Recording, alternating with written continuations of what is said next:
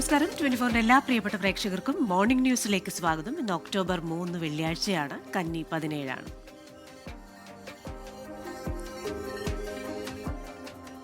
സാഹിത്യ നിരൂപകനും പ്രഭാഷകനുമായിരുന്ന professor M N Vijayan ഓർമ്മയായിട്ട് ഇന്നേക്ക് 18 വർഷം. തന്റെ വാഗ്ധോരണി കൊണ്ട് മലയാള പ്രഭാഷണ കലയെ ഉജ്ജ്വലമാക്കിയ എം എൻ വിജയൻ മാഷ് വിട പറഞ്ഞതും ജനമധ്യത്തിൽ വെച്ചായിരുന്നു.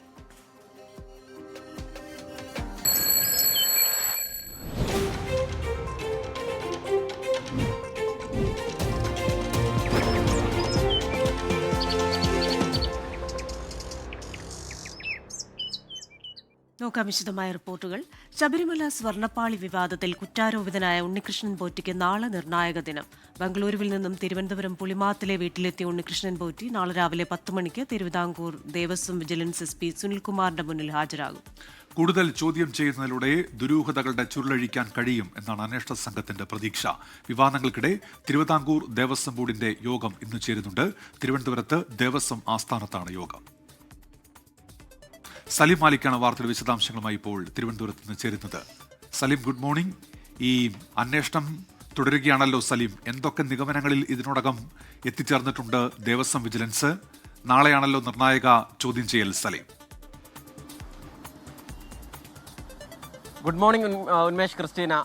ഈ ശബരിമലയിലെ സ്വർണ്ണപ്പാളി വിവാദവുമായി ബന്ധപ്പെട്ടുള്ള ദുരൂഹതകൾ തുടരുകയാണ്. അടിമുടി ദുരൂഹതയാണ്. അതുമായി ബന്ധപ്പെട്ടുള്ള മുഴുവൻ കാര്യങ്ങളിലും ദേവസ്വം വിജിലൻസ് നിലവിൽ ഇക്കാര്യങ്ങൾ അന്വേഷിക്കുമ്പോഴും അവർക്കും ഒരു നിഗമനത്തിലേക്ക് എത്താൻ ഇതുവരെ കഴിഞ്ഞിട്ടില്ല എന്നുള്ളതാണ്. അതിന് പല വിധത്തിലുള്ള കാരണങ്ങളുണ്ട്. കാരണം 1998 മുതൽ 2019 വരെയുള്ള കാലഘട്ടത്തിലെ ഇതുമായി ബന്ധപ്പെട്ട ആ ഘട്ടത്തിൽ സ്വർണം പൂശിയിരുന്നു എന്നതുൾപ്പെടെയുള്ള കാര്യങ്ങൾ ഉൾപ്പെടെ പരിശോധിക്കണം. അതിനായി അക്കാലത്തെ മുഴുവൻ ദേവസ്വം ബോർഡ് പ്രസിഡന്റുമാരുടെയും വിവരങ്ങൾ ഉൾപ്പെടെയുള്ള വലിയ ദൗത്യമാണ് ദേവസ്വം വിജിലൻസിന് മുൻപിൽ നിലവിലുള്ളത്. മാത്രമല്ല, ഈ ഉണ്ണികൃഷ്ണൻ പോറ്റി ഇതിനു മുൻപ് ഏതെങ്കിലും നിലയിലുള്ള സഹകരിക്കാത്തതും വലിയ തിരിച്ചടിയാകുന്നുണ്ട്. എന്തായാലും നാളെ ചോദ്യം ചെയ്യലിന് ഉണ്ണികൃഷ്ണൻ പോറ്റി ഹാജരാകുന്നതോടുകൂടി ഇതുമായി ബന്ധപ്പെട്ട ഒരു വ്യക്തതയിലേക്ക് എത്താൻ കഴിയും എന്നുള്ളതാണ് അവരുടെ പ്രതീക്ഷ. പക്ഷേ ഏതെങ്കിലും നിലയിൽ പൂർണ്ണ സഹകരണം അന്വേഷണത്തോട് ഉണ്ടാകുമോ എന്നുള്ള കാര്യത്തിൽ ഇപ്പോഴും വ്യക്തതയില്ല. കാരണം ഇന്നലെ തിരുവനന്തപുരത്ത് പുളിമാത്തെ വീട്ടിലെത്തിയ ഉണ്ണികൃഷ്ണൻ പോറ്റിയോട് പ്രതികരണം ആരായാൻ മാധ്യമപ്രവർത്തകർ ചെന്നിരുന്നു. അതിനുശേഷം ആ നിലയിൽ ആയിരുന്നു ഉണ്ണികൃഷ്ണൻ പോറ്റിയുടെ പ്രതികരണം. ഏതെങ്കിലും നിലയിൽ സഹകരിക്കുന്ന രീതിയിലായിരുന്നില്ല. എല്ലാം കോടതിയിൽ പറഞ്ഞോളാം, എല്ലാം അന്വേഷണ സംഘത്തിന് മുന്നിൽ പറഞ്ഞോളാം എന്നുള്ളൊരു നിലപാട് മാത്രമായിരുന്നു ഉണ്ടായിരുന്നത്. എന്തായാലും നാളെ അന്വേഷണ സംഘം ചോദ്യം ചെയ്യുമ്പോൾ ഇക്കാര്യത്തിൽ വ്യക്തമായ മറുപടി ഉണ്ണികൃഷ്ണൻ പോറ്റിക്ക് ഉണ്ടാകുമോ എന്നുള്ളത് ആണ് ഏറ്റവും നിർണായകം. അതിലെ ഏറ്റവും പ്രധാനപ്പെട്ട കാര്യം 2019 ഇത് അറ്റകുറ്റപ്പണിക്കായി ഈ സ്വർണ്ണപ്പാളി കൊണ്ടുപോകുമ്പോൾ സ്വർണം പൂശിയിരുന്നു എന്നുള്ളതാണ്. ആ ഘട്ടത്തിൽ സ്വർണം പൊതിഞ്ഞിട്ടുണ്ടായിരുന്നു എന്നുള്ള ഒരു നിഗമനമാണ് ഇപ്പോൾ വിജിലൻസിനുള്ളത്. പക്ഷേ അത് അങ്ങനെയല്ല. ആ ഘട്ടത്തിലെ സ്വർണം പൂശിയിരുന്നില്ല എന്നൊരു വാദമൊക്കെ ഉയരുകയും ചെയ്യുന്നുണ്ട്. മാത്രമല്ല, ഇത് അന്ന് പൂശിയിരുന്ന ഈ 1998-99 കാലയളവിൽ സ്വർണം പൂശിയിരുന്നത് എത്ര കിലോയാണ് എന്നത് ഉൾപ്പെടെയുള്ള കാര്യങ്ങളിൽ ഒരു വ്യക്തത ഇല്ല എന്നുള്ളതാണ്. അത് ശബരിമലയുമായി ബന്ധപ്പെട്ട് ഇക്കാലങ്ങളിലിടയിൽ ഉണ്ടായിരുന്ന ദേവസ്വം ബോർഡ് പ്രസിഡന്റുമാർക്ക് പോലും വ്യക്തത ഇല്ല എന്നൊക്കെയുള്ള ആരോപണം ഉയരുകയും ചെയ്യുന്നുണ്ട്. മാത്രമല്ല, ഈ വിഷയത്തിൽ ഉണ്ണികൃഷ്ണൻ പോറ്റി ദേവസ്വം വിജിലൻസുമായി സഹകരിക്കാതിരിക്കുന്ന ഒരു സാഹചര്യം ഉണ്ടെങ്കിൽ കാര്യങ്ങൾ പിന്നെയും വഷളാകും. അങ്ങനെയെങ്കിൽ ഇക്കാര്യം ക്രൈംബ്രാഞ്ചിനെ ഏൽപ്പിക്കാനുള്ള നീക്കവും ആലോചനയും ഒക്കെ സർക്കാർ തലത്തിൽ ഇപ്പോഴേ തുടങ്ങിയിട്ടുണ്ട്. അതിനിടയിൽ ഈ വിഷയം CBIക്ക് വിടണമെന്ന ആവശ്യം കോൺഗ്രസും ഉയർത്തിയിട്ടുണ്ട്. ആദ്യ ദിവസങ്ങളിലൊക്കെ ഈ വിവാദം ഉയർന്നു വന്നതിന് പിന്നാലെ മൗനം പാലിച്ചിരിക്കുകയായിരുന്നു കോൺഗ്രസും. കാരണം ഈ 99 മുതലുള്ള ഇങ്ങോട്ടുള്ള കാലയളവിൽ കോൺഗ്രസും ഭരണത്തിലുണ്ടാവുകയും കോൺഗ്രസിന്റെ ദേവസ്വം ബോർഡ് പ്രസിഡന്റുമാരും ഒക്കെയും ഭരിക്കുകയും ചെയ്യുന്ന ഒരു സാഹചര്യം ഉണ്ടായിരുന്നു. അതുകൊണ്ടാണോ ആ മൗനം എന്ന വിമർശനവും ഉയർന്നിരുന്നു. അതിന് പിന്നാലെ കഴിഞ്ഞ ദിവസത്തോടുകൂടി UDF നിലപാട് ഘടിപ്പിക്കുകയും CBI അന്വേഷണം ആവശ്യപ്പെടുകയും ചെയ്തിട്ടുണ്ട്. എന്തായാലും CBI അന്വേഷണത്തിലേക്കൊന്നും ഇതുവരെ പോയിട്ടില്ല. നിലവിൽ ഇതുമായി ബന്ധപ്പെട്ട് നിലവിൽ അന്വേഷിക്കുന്നത് ദേവസ്വം ബോർഡിന്റെ വിജിലൻസ് തന്നെയാണ്. അത് ഒരു പടി കൂടി കടന്ന് സംസ്ഥാന പോലീസിന്റെ തന്നെ ക്രൈംബ്രാഞ്ച് അന്വേഷിക്കാനുള്ള നീക്കവും ആലോചിക്കുന്നുണ്ട്. അതിനിടയിലാണ് ഇന്ന് നിർണായക ദേവസ്വം ബോർഡ് യോഗം നന്ദൻകോട് ദേവസ്വം ബോർഡിന്റെ ആസ്ഥാനത്ത് വെച്ച് ചേരുകയും ചെയ്യുന്നത്. ഉന്മേഷ്, ക്രിസ്റ്റീന. സലീം, ഒരു കാര്യം കൂടെ, ഇപ്പോൾ നിരവധി കാര്യങ്ങൾ പല കാലഘട്ടങ്ങളിൽ സംഭവിച്ചിട്ടുള്ളതാണ്. ഇതിൽ സ്പോൺസർ തന്നെ കുറ്റാരോപിതനായി എന്ന കാര്യവുമുണ്ട്. ഇതിൽ ഈ തെളിവ് ശേഖരണം അടക്കം എന്തൊക്കെ വെല്ലുവിളികളാണ് അന്വേഷണ സംഘത്തിനുള്ളത്? ക്രിസ്റ്റീന, ഇതിലെ ഏറ്റവും പ്രധാനപ്പെട്ട പ്രശ്നം ദേവസ്വം വിജിലൻസ് നിലവിൽ നേരിടുന്ന ഏറ്റവും പ്രധാനപ്പെട്ട പ്രശ്നവും ഈ തെളിവ് ശേഖരണമാണ്. കാരണം 98-99 കാലയളവിലാണ് ഈ ശില്പം, ഈ സ്വർണ്ണപ്പാളി സ്വർണം പൂശുന്നത്. ഒപ്പം തന്നെ ദ്വാരപാലക ശില്പങ്ങൾക്കും സ്വർണം പൂശുന്നത് അക്കാലത്താണ് എന്നുള്ളതാണ്. പക്ഷേ ഇതിന്റെ പ്രധാനപ്പെട്ട വെല്ലുവിളി അക്കാലത്ത് എത്ര സ്വർണം പൂശി, അക്കാലത്ത് സ്വർണം പൂശിയിരുന്നു എന്നതുൾപ്പെടെയുള്ള കാര്യങ്ങളിൽ വ്യക്തത വരിക എന്നുള്ളതാണ്. കാരണം അക്കാലത്ത് ഇത്തരത്തിലൊരു വിവാദം പിന്നീട് ഉണ്ടാകുമെന്നുള്ളതോ ഒന്നും അറിഞ്ഞിരുന്നതുമില്ല. പിന്നീട് ഈ അറ്റകുറ്റപ്പണിക്കായി പോവുകയും മറ്റ് സംസ്ഥാനങ്ങളിലെത്തി പണപ്പിരിവ് ഉണ്ണികൃഷ്ണനെ പറ്റി പണപ്പിരിവ് നടത്തുകയും ചെയ്തു എന്നുള്ള ആരോപണമൊക്കെ നിലനിൽക്കുകയും ചെയ്യുന്നുണ്ട്. അതിനെ സാധൂകരിക്കുന്ന തെളിവുകൾ പൂർണ്ണാർത്ഥത്തിൽ അന്വേഷണ സംഘത്തിന് ലഭിച്ചിട്ടില്ല എന്നുള്ളതാണ്. മാത്രമല്ല ഈ മുഴുവൻ ദേവസ്വം ബോർഡ് പ്രസിഡന്റുമാരും ഇതിനിടയിൽ വന്ന മുഴുവൻ ദേവസ്വം ബോർഡ് പ്രസിഡന്റുമാരും ഈ അന്വേഷണവുമായി സഹകരിക്കണം. അതിൽ ചില ദേവസ്വം ബോർഡ് പ്രസിഡന്റുമാരൊക്കെ മരിച്ചു പോവുകയും ചെയ്തിട്ടുണ്ട്. പ്രയാർ ഗോപാലകൃഷ്ണൻ ഉൾപ്പെടെയുള്ളവർ മരിച്ചു. അങ്ങനെയുള്ള വലിയ പ്രതിസന്ധികൾ നിലവിൽ ഇതുമായി ബന്ധപ്പെട്ട ഈ അന്വേഷണ സംഘം നേരിടുന്നുണ്ട്. അതുകൊണ്ടാണ് ഇക്കാലയളവിനുള്ളിൽ പൂശിയ സ്വർണത്തിന്റെ കിലോ കണക്ക് കൃത്യമായി എടുക്കാനും കഴിഞ്ഞിട്ടില്ല. പല കാലങ്ങളിലുള്ള ഓഡിറ്റുകളിലും ഈ റിപ്പോർട്ട് കൃത്യമായി വന്നിട്ടില്ല എന്നുള്ളതാണ് ഏറ്റവും വലിയ പ്രതിസന്ധി. അതുകൊണ്ടാണ് ഈ തുടക്കത്തിൽ തന്നെ ഈ കോൺഗ്രസ് പോലും ഈ വിഷയത്തിൽ കാര്യമായ ഗൗരവത്തിൽ ഈ വിഷയത്തെ സമീപിക്കാത്തതിന് കാരണം ഈ ഓഡിറ്റ് സംബന്ധിച്ച ചില വിവാദങ്ങൾ ഉണ്ടാകുമെന്നുള്ളതുകൊണ്ടാണ് എന്നുള്ള അഭ്യൂഹങ്ങളൊക്കെ ഉയരുകയും ചെയ്യുന്നുണ്ട്. അതുകൊണ്ട് തന്നെ അത്രയും വർഷത്തെ ഓഡിറ്റ് റിപ്പോർട്ട് ഉൾപ്പെടെ കണക്കെടുപ്പ് ഉൾപ്പെടെയുള്ള മുഴുവൻ കാര്യങ്ങളും പരിശോധിക്കേണ്ടി വരും. അതൊരു ശ്രമകരമായ ദൗത്യമാണ്. പ്രത്യേകിച്ചും ദേവസ്വം ബോർഡിന്റെ ഒരു വിഷയമായതുകൊണ്ട് തന്നെ അതിലുള്ള പരിമിതികളും നിലവിൽ അന്വേഷണ സംഘത്തിന് മുൻപിലുണ്ട്. ക്രിസ്റ്റീന, ശരി. സലീം മാലിക്കാണ് തിരുവനന്തപുരത്ത് നിന്ന് വിശദാംശങ്ങളുമായി ചേർന്നത്. അതിരപ്പള്ളി വാച്ചുമരത്ത് കാട്ടാനക്കൂട്ടം വാഹനം തകർത്തു. കേടായതിനെ തുടർന്ന് നിർത്തിയിട്ട അങ്കമാലി സ്വദേശികളുടെ കാറാണ് കാട്ടാനക്കൂട്ടം തകർത്തത്. ആ ദൃശ്യങ്ങളാണ് പ്രേക്ഷകർ കാണുന്നത്. വിവരങ്ങളുമായി തൃശ്ശൂരിൽ നിന്ന് സൂരജ് സജ്ജയാണ് ചേരുന്നത്. സൂരജ്, വലിയ അപകടം ഉണ്ടാകാമായിരുന്ന കാര്യമാണ് ഇത്. എന്താണ് അവിടെ സംഭവിച്ചത്? വിശദാംശങ്ങൾ. ക്രിസ്റ്റിന, ഇന്നലെ 8:30-ക്ക് ശേഷമാണ് ഈ സംഭവങ്ങൾ നടക്കുന്നത്. മലക്കപ്പാറയിൽ നിന്ന് അതിരപ്പള്ളിയിലേക്ക് വരികയായിരുന്നു അങ്കമാലി സ്വദേശികൾ. ഇതിനിടയിൽ ഇവരുടെ വാഹനം കേടാകുന്നു. ആ സമയത്ത് തന്നെ സമീപത്ത് ആന നിലയുറപ്പിച്ചിട്ടുണ്ട് എന്ന് ഇവർക്ക് മനസ്സിലായി. തൊട്ടുപുറകെ വന്ന ഒരു ട്രാവലറിൽ കയറി ഇവർ അതിരപ്പള്ളിയിലേക്ക് യാത്ര തിരിക്കുകയും ചെയ്തു. അതിരപ്പള്ളിയിൽ എത്തിയ ശേഷം ഈ വാഹനം തകരാറിലായ വാഹനം തിരികെ കൊണ്ടുവരുന്നതിന് വേണ്ടി എത്തിയപ്പോഴാണ് ഈ ആന ഈ കാർ ആക്രമിച്ച് കുത്തിമറിച്ചിട്ട നിലയിൽ കാണുന്നത്. എത്രമാത്രം ആക്രമിച്ചിട്ടുണ്ടെന്ന് നമുക്ക് ആ ദൃശ്യങ്ങളിൽ തന്നെ വ്യക്തമാണ്. അതോടൊപ്പം തന്നെ കാട്ടാനക്കൂട്ടം നിലയുറപ്പിച്ചിരിക്കുന്നു. ആനകൾ ഇവരെത്തുന്ന സമയത്തും ഈ കാറിന് ചുറ്റും നടക്കുന്നതാണ് ആ ദൃശ്യത്തിൽ കാണുന്നത്. അത്രമാത്രം ഭീകരാന്തരീക്ഷത്തിലായിരുന്നു ഇന്നലെ കാര്യങ്ങൾ എന്നുള്ളതാണ് പറയുന്നത്. വാഹനം എന്തായാലും അവിടെ നിന്ന് മാറ്റാനും സാധിച്ചിട്ടില്ല. ക്രിസ്റ്റിന, ശരി. സൂരജ് സജ്ജയാണ് തൃശ്ശൂരിൽ നിന്ന് വിശദാംശങ്ങളുമായി ചേർന്നത്.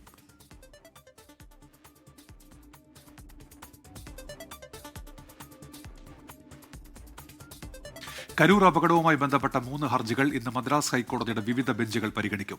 അപകടത്തിന് പിന്നിലെ ഗൂഢാലോചന അന്വേഷിക്കണമെന്നാവശ്യപ്പെട്ടുള്ള തമിഴക വെട്രിക്കഴകത്തിന്റെ ഹർജി മദ്രാസ് ഹൈക്കോടതിയുടെ മധുര ബെഞ്ചാണ് പരിഗണിക്കുന്നത്.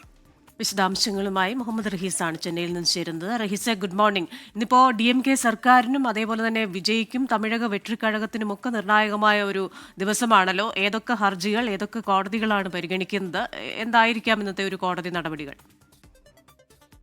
ക്രിസ്റ്റീന, TVK സംബന്ധിച്ചിടത്തോളം, സർക്കാരിനെ സംബന്ധിച്ചിടത്തോളം അതിനിർണായകമായിട്ടുള്ള ദിവസമായിരിക്കും എന്നാണ് പ്രതീക്ഷിക്കപ്പെടുന്നത്. പ്രത്യേകിച്ച് ഈ കരൂർ അപകടത്തിൽ CBI അന്വേഷണം ആവശ്യപ്പെട്ടുള്ള TVKയുടെ ഹർജി പരിഗണിക്കുമ്പോൾ കോടതിയിൽ നിന്നുണ്ടാകുന്ന ഓരോ പരാമർശങ്ങൾ, അത് കോടതിയുടെ തീരുമാനം മാത്രമല്ല, മറിച്ച് കോടതിയുടെ ഓരോ പരാമർശങ്ങളും ഒക്കെ വലിയ ചർച്ചയാകും. ഈ ഒരു സംഭവത്തിൽ ഈ പോലീസിൽ നിന്ന് യാതൊരു തരത്തിലുള്ള വീഴ്ചയും ഉണ്ടായിട്ടില്ല എന്നുള്ള ഒരു പ്രതിരോധമാണ് DMK എടുക്കുന്നത്. അപ്പോൾ ഏതെങ്കിലും നിലയ്ക്ക് പോലീസിനോട് കോടതി നിരവധി ചോദ്യങ്ങൾ ചോദിച്ചാൽ, സുരക്ഷ ഒരുക്കുന്നതുമായി ബന്ധപ്പെട്ടുള്ള വീഴ്ചകളൊക്കെയും കാണിച്ചാൽ അത് സ്വാഭാവികമായിട്ടും ഈ TVKയ്ക്ക് അത് ഗുണകരമാകും. അവർക്ക് ഈ ഒരു വലിയ തോതിൽ പ്രതിരോധത്തിലായിരിക്കുന്ന അവർക്ക് ഏതെങ്കിലും ഒരു വിഷയം കിട്ടി അതിൽ പിടിച്ച് അവർക്ക് ഈ ഒരു അപകടത്തിൽ അവർക്കുണ്ടായിരിക്കുന്ന ഡാമേജ് അത് കുറയ്ക്കാൻ ഏതെങ്കിലും നിലയ്ക്ക് അവർ ശ്രമിക്കും. മറുവശത്ത് ഇന്ന് കോടതിയുടെ പരാമർശം അതിനൊക്കെ ശേഷമായിരിക്കും കൂടുതൽ അറസ്റ്റുകളിലേക്കും ഒപ്പം വിജയ് ഉൾപ്പെടെയുള്ളവരെ പ്രതി ചേർക്കണമോ എന്നുള്ള കാര്യത്തിലേക്കും ഒക്കെ സർക്കാർ കടക്കുന്നത്. മാത്രമല്ല, വിജയ്ക്കെതിരെ കേസെടുക്കണമെന്ന് ആവശ്യപ്പെട്ടുകൊണ്ട് ഒരു ചെന്നൈ സ്വദേശി നൽകിയ ഹർജിയും ഇന്ന് പരിഗണിക്കുന്നുണ്ട്. ഒപ്പം തന്നെ TVK ജനറൽ സെക്രട്ടറിമാരായിട്ടുള്ള ഈ N ആനന്ദ്, അവരുടെയൊക്കെയും നിർമ്മൽ കുമാറിന്റെയും ജാമ്യാപേക്ഷ കൂടി ഇന്ന് മദ്രാസ് ഹൈക്കോടതിയുടെ മധുരൈ ബെഞ്ച് പരിഗണിക്കുന്നുണ്ട്.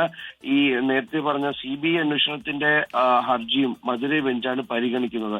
അങ്ങനെ അത്തരത്തിൽ കുറെ കേസുകളുള്ള ദിവസമാണ്. ആ കേസുകളൊക്കെയും TVKയുടെയും സർക്കാരിനെയും ഒക്കെ വലിയ തോതിൽ അവർക്ക് വിമർശനമോ അല്ലെങ്കിൽ അവർക്ക് കൂടുതൽ അവരെ പ്രതിരോധത്തിലാക്കുകയോ അല്ലെങ്കിൽ അവർക്ക് ഈ സംഭവവുമായി ബന്ധപ്പെട്ട് അവർക്കൊരു സ്റ്റാൻഡിൽ ഒരു മാറ്റം വരുത്തുന്ന തരത്തിൽ ഉള്ള ഒരു പ്രതികരണങ്ങൾ ഉണ്ടാകും. ഒരു കാര്യം കൂടി, ഇന്ന് CPIM സംഘം കൂടി അവിടെ കരൂരിൽ എത്തുകയാണല്ലോ. അതെ, ഇന്ന് CPM-ന്റെ സംഘം കൂടി കരൂരിലെത്തുന്നുണ്ട്. അവർ ഏതാണ്ട് ഒരു അരമണിക്കൂറിനുള്ളിലൊക്കെ അവിടെ എത്തും എന്നുള്ള വിവരമാണ് ഏറ്റവും ഒടുക്കം നമുക്ക് CPM general secretary MA baby നൽകിയിട്ടുള്ളത്. അപ്പോൾ ഇന്ന് രാവിലെ തന്നെ ആ സംഘം കരൂരിലെത്തുമെന്ന് അറിയിച്ചിട്ടുണ്ട്. അതിൽ കേരളത്തിൽ നിന്നുള്ള പ്രതിനിധികളുമുണ്ട്, ഒപ്പം ശിവദാസനടക്കമുള്ള നേതാക്കളുണ്ട്. തമിഴ്നാട്ടിൽ നിന്നുള്ള വാസുകി, പോളിറ്റ് ബ്യൂറോ മെമ്പറായിട്ടുള്ള വാസുകിയുണ്ട്.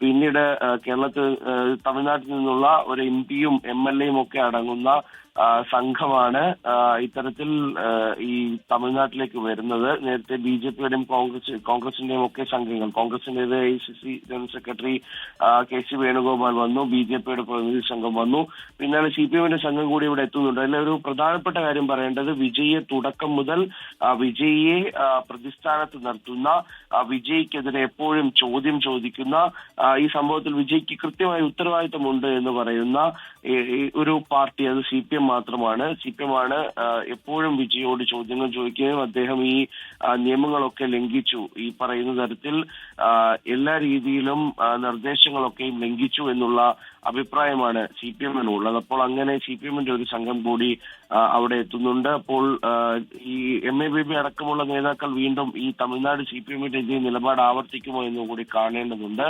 എന്തായാലും കരൂരിൽ ഇന്ന് കൂടുതലായും ഇത്തരത്തിലുള്ള കേസുകൾ, അതിന്റെ ഓരോ കോടതി പരാമർശങ്ങൾ, വിധികൾ, ഇതൊക്കെയായിരിക്കും ചർച്ചയാവുക. ക്രിസ്റ്റീന. ശരി, ചെന്നൈയിൽ നിന്ന് വിവരങ്ങൾ നൽകുകയായിരുന്നു മുഹമ്മദ് റഹീസ്. എന്തായാലും DMK സർക്കാരിനും TVKയ്ക്കും വിജയ്ക്കും ഒക്കെ നിർണായകമായ ചില ഹർജികൾ കോടതികൾ പരിഗണിക്കുന്നുണ്ട്. ഒപ്പം തന്നെ CPIM സംഘം ഇന്ന് അവിടെ എത്തുകയും ചെയ്യും അല്പസമയത്തിനകം. തിരുവനന്തപുരം ജനറൽ ആശുപത്രിയിലെ ശസ്ത്രക്രിയാ പിഴവിൽ പരാതിക്കാരിയെ മെഡിക്കൽ ബോർഡ് ഇന്ന് വീണ്ടും കാണും.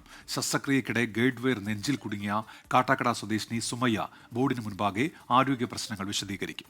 ഗൈഡ് വയർ പുറത്തെടുക്കാതിരിക്കുന്നതാണ് ഉചിതമെന്നാണ് മെഡിക്കൽ ബോർഡിന്റെ വിലയിരുത്തൽ. വിവരങ്ങളുമായി സലീം മാലിക്കാണ് തിരുവനന്തപുരത്ത് നിന്ന് ചേരുന്നത്. Saleem, good morning again. ഇന്ന് പരാതിക്കാരി ഇത്തരത്തിൽ ഒരു കൂടിക്കാഴ്ച നടത്തുമ്പോൾ ഒപ്പം തന്നെ മെഡിക്കൽ ബോർഡിന്റെ ചില വിലയിരുത്തലുകൾ മുന്നിലുണ്ടല്ലോ.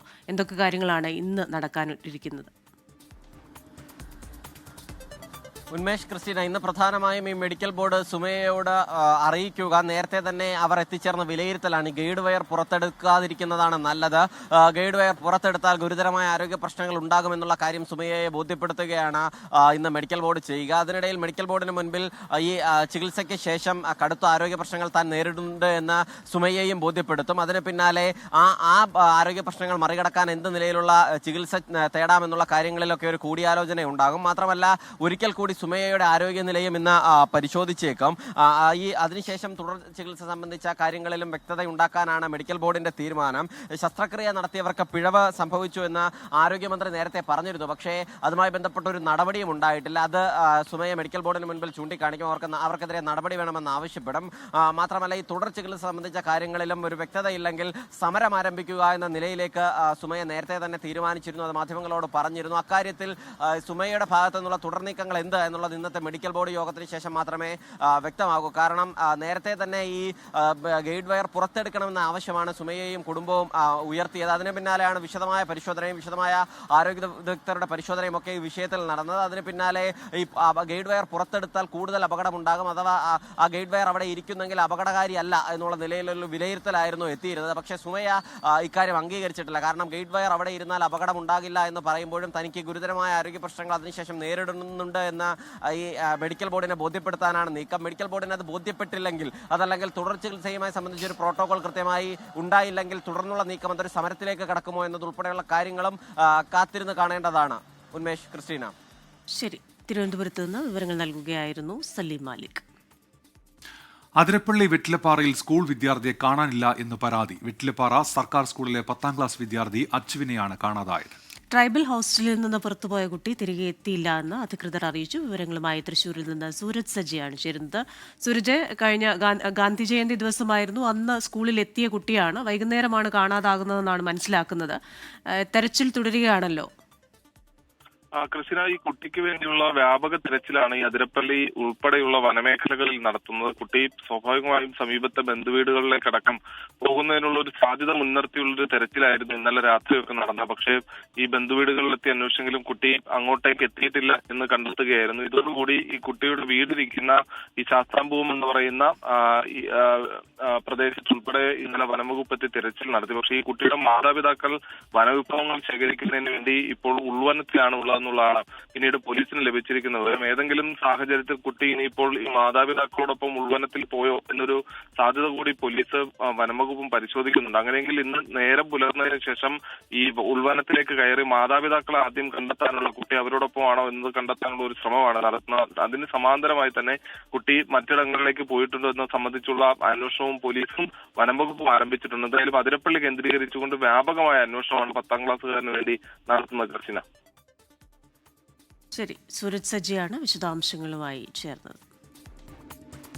തിരുവനന്തപുരം ചാക്കയിൽ 2 വയസ്സുകാരിയെ തട്ടിക്കൊണ്ടുപോയി പീഡിപ്പിച്ച കേസിൽ ശിക്ഷാവിധി ഇന്ന്. പ്രതി ഹസൻകുട്ടി കുറ്റക്കാരനാണെന്ന് തിരുവനന്തപുരം പോക്സോ കോടതി കഴിഞ്ഞ ദിവസം കണ്ടെത്തിയിരുന്നു. ഇതര സംസ്ഥാന തൊഴിലാളികളായ മാതാപിതാക്കൾക്കൊപ്പം റോഡരികിൽ കിടന്നുറങ്ങുമ്പോഴാണ് കുട്ടിയെ തട്ടിക്കൊണ്ടുപോയി പീഡിപ്പിച്ച ശേഷം ഉപേക്ഷിച്ചത്. 2024 ഫെബ്രുവരി 19 പുലർച്ചെയാണ് ചാക്ക റെയിൽവേ പാളത്തിന് സമീപത്തെ പുറമ്പോക്ക് ഭൂമിയിൽ നാടോടി സംഘത്തിനൊപ്പം ഉണ്ടായിരുന്ന കുട്ടിയെ ഹസൻകുട്ടി തട്ടിക്കൊണ്ടുപോയത്. പീഡിപ്പിച്ച ശേഷം റെയിൽവേ ട്രാക്കിന് സമീപത്തെ പൊന്തക്കാട്ടിൽ ഉപേക്ഷിച്ചു. പിന്നാലെ രാത്രിയിൽ അബോധാവസ്ഥയിൽ കുട്ടിയെ കണ്ടെത്തി. കുട്ടിയെ ഉപേക്ഷിച്ച ശേഷം ഹസൻകുട്ടി ആദ്യം ആലുവയിലും പിന്നാലെ പളനിയിലും പോയി രൂപമാറ്റം വരുത്തി. പിന്നീട് കൊല്ലത്ത് നിന്നുമാണ് പ്രതി പിടിയിലായത്. കുട്ടിയുടെ വൈദ്യപരിശോധനാ ഫലം പീഡനം സ്ഥിരീകരിച്ചതും പ്രതിയുടെ വസ്ത്രത്തിൽ നിന്ന് കുട്ടിയുടെ തലമുടി ശാസ്ത്രീയ പരിശോധനയിൽ കണ്ടെത്താനായതും പ്രോസിക്യൂഷൻ വിചാരണാഘട്ടത്തിൽ പിടിവള്ളിയാക്കിയിരുന്നു. ഹസൻകുട്ടിക്കെതിരെ പോക്സോ ഉൾപ്പെടെ മറ്റ് നിരവധി കേസുകളുണ്ടെന്ന പ്രോസിക്യൂഷൻ വാദവും കോടതി മുഖവിലക്കെടുത്തു. പിഞ്ചുകുഞ്ഞിനെ പീഡിപ്പിച്ച സംഭവമെന്ന പ്രത്യേക സാഹചര്യം കണക്കിലെടുത്ത് പ്രതിക്ക് പരമാവധി ശിക്ഷ നൽകണമെന്നാണ് പ്രോസിക്യൂഷൻ നിലപാട്. 24 തിരുവനന്തപുരം. ഇനി വാർത്താലോകം.